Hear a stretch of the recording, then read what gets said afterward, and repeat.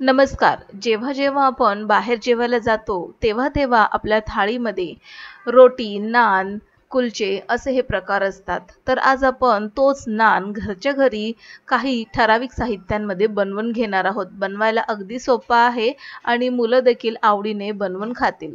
पण आजचा हा जो नान आहे, तो थोडासा माझ्या पद्धतीने बनवून घेणार आहे.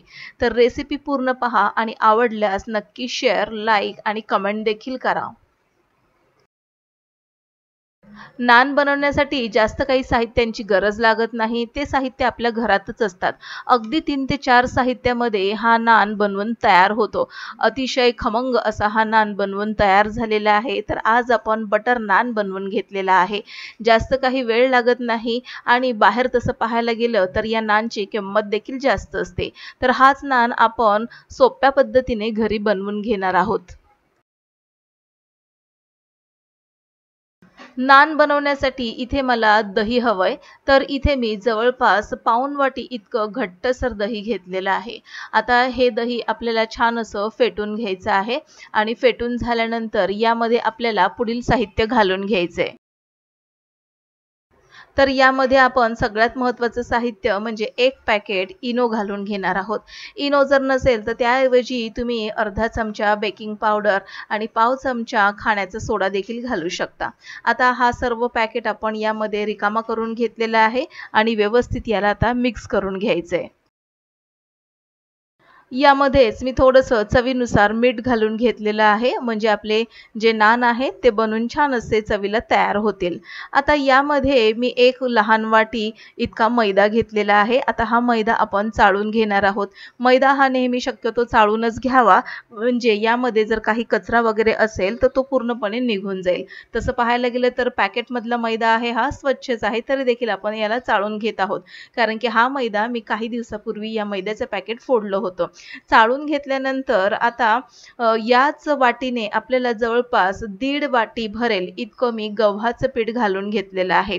जर तुम्हाला आवडत असेल तर तुम्ही फक्त हा जो नान आहे मैद्यामध्ये बनवू शकता किंवा फक्त गव्हाच्या पिठामध्ये बनवू शकता. पण आज मी इथे 2 पिठं एकत्र वापरलेली आहेत. तर मैदा 1 वाटी आणि 1.5 पट इथे मी गव्हाचं पीठ वापरलेलं आहे. थोडंसं हेल्दी बनवण्यासाठी इथे आपण गव्हाच्या पिठाचा वापर केलेला आहे. सुरुवातीला कोरडं साहित्यच आपण मिक्स करून घेतलेलं आहे आणि यामध्ये आता लागेल तसं थोडं-थोडं पाणी घालून हे पीठ व्यवस्थित मळून घ्यायचे. आता यामध्ये आपण इनो घातलेला आहे त्यामुळे पीठ मळताना आपल्याला हलकेसे साधारणपणे मिठासारखे कण आपल्याला लागत असतील. आता पीठ मळून झालेलं आहे थोडंसं तेल घेतलेलं आहे आणि तेल लावून पुन्हा एकदा आपण हे पीठ व्यवस्थित मिक्स करून घेतलेलं आहे. आता मिक्स करून झाल्यानंतर यावरती झाकण ठेवून द्यायचं आहे आणि 10 ते 15 मिनिटासाठी हे पीठ तुम्ही रेस्ट करायला ठेवू शकता. तर 10 ते 15 मिनिटासाठी हे पीठ मी रेस्ट करायला ठेवणार आहे. यावर झाकण ठेवून आपण बाजूला ठेवून देऊया. लगेचच 15 मिनिटानंतर या पिठापासून आपण नान बनवायला घेतलेले आहेत. तर आता यातील आपण एक लहानसा गोळा काढून घेणार आहोत. तर एका वाटीमध्ये मी काळे तीळ घेतलेले आहेत, एका वाटीमध्ये मी थोडंसं पाणी घेतलेलं आहे आणि थोडीशी बाजूला चिरलेली कोथिंबीर घेतलेली आहे. पिठाचा थोडासा गोळा आपण घेऊया. आता पिठाचा गोळा काढल्यानंतर लगेचच आपल्याला हे पीठ हलकं-फुलकं असं लागायला लागतं. जर तुम्ही इनोच्या ऐवजी यीस्ट जर वापरलं असतं तर यीस्ट वापरून तयार करणारे जे कुलचे असतात त्याला थोडासा वेळ लागतो. पण इनो घातल्यामुळे झटपटरित्या हे काम नान बनवण्यासाठी आपल्याला सोपं होऊन जातं. आता हा गोळा मी थोडासा कोरड्या पिठामध्ये घोळवून घेतलेला आहे आणि हलक्या हाताने आपल्याला तो लाटून घ्यायचा आहे. आता याची जी पोळी आहे मी साधारणपणे पातळसरच लाटून घेतलेली आहे. जास्त मध्यम आकाराची लाटायची नाही. कारण की इनो घातल्यामुळे काय होतं मस्त छान अशी ही पोळी फुलते.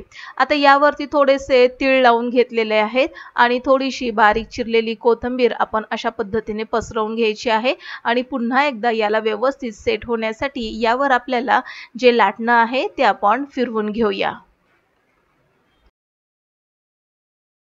असं केल्याने तीळ आणि कोथिंबीर छान अशी या पोळीला चिकटलेली आहे. आता ही तयार झालेली आहे.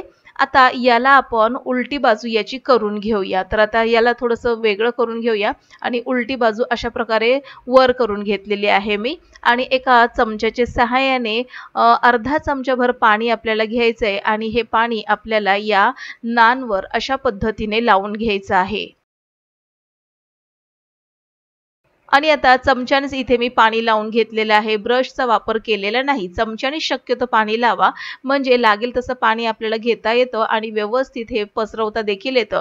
पोलपाट कुठेही ओला होत नाही। ब्रशने जर तसं करायला गेलं तर थोडाफार पोलपाट ओला होण्याची शक्यता असते।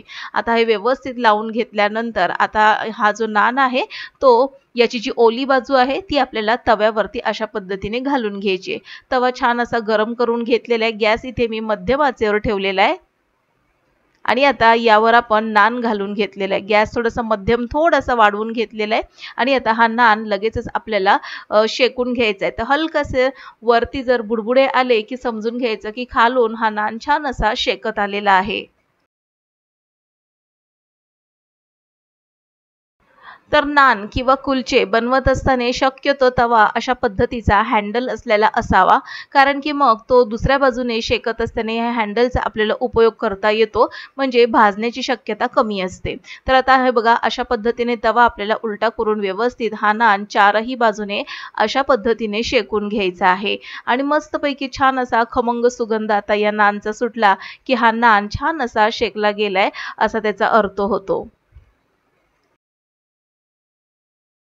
परफेक्ट असा घरच्या घरी नान बनवून तयार झालेला आहे। आता उलटण्याच्या सहाय्याने आपण त्याला थोडंसं सेपरेट करून घेऊया। तर पाणी लावलेलं होतं त्यामुळे हा नान तव्याला चिकटला जातो, उलटण्याच्या सहाय्याने लगेचच तो निघतो। तर तुम्ही पाहू शकता मस्त असा नान बनून तयार आहे। आता गरमागरम नानवर लगेचच आपण अशा पद्धतीने बटर पसरून घेणार आहोत।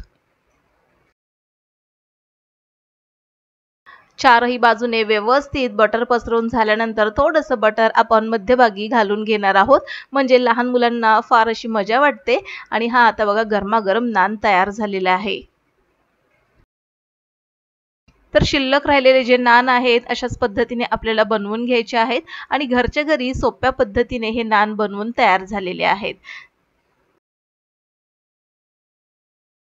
तर नेहमी त्याच चपात्या, पुऱ्या किंवा भाकरी खाऊन जर कंटाळा आला असेल, तर थोडासा चेंज म्हणून अशा पद्धतीचे नान तुम्ही एकदा नक्की बनवून बघा। मुलंही खुश होतात, पोटभर जेवतात आणि थोडंसं वेगळं म्हणून आपल्यालाही बरं वाटतं। तर हे नान तुम्ही छोले, त्याचप्रकारे पनीरची भाजी, मिक्स व्हेजिटेबल यासोबत खाऊ शकता। तर नान बनवत असताना गरमागरम बनवून झाल्यानंतर लगेचच आपल्याला ते सर्व्ह करून घ्यायचे आहेत, म्हणजे खाणाऱ्याला देखील मजा वाटते आणि मस्त खमंग असे जेवणाची लज्जत देखील वाढते। तर अशाच पद्धतीचा आज मी बटर नान बनवून घेतलेला आहे सोप्या पद्धतीने आणि माझ्या पद्धतीने। तर आजची ही रेसिपी जर तुम्हाला आवडली असेल तर नक्कीच लाईक करा, शेअर करा, सबस्क्राईब करून बेल आयकॉन प्रेस करा। पुन्हा भेटूया नवीन एका इंटरेस्टिंग रेसिपी सहित। तोपर्यंत बाय।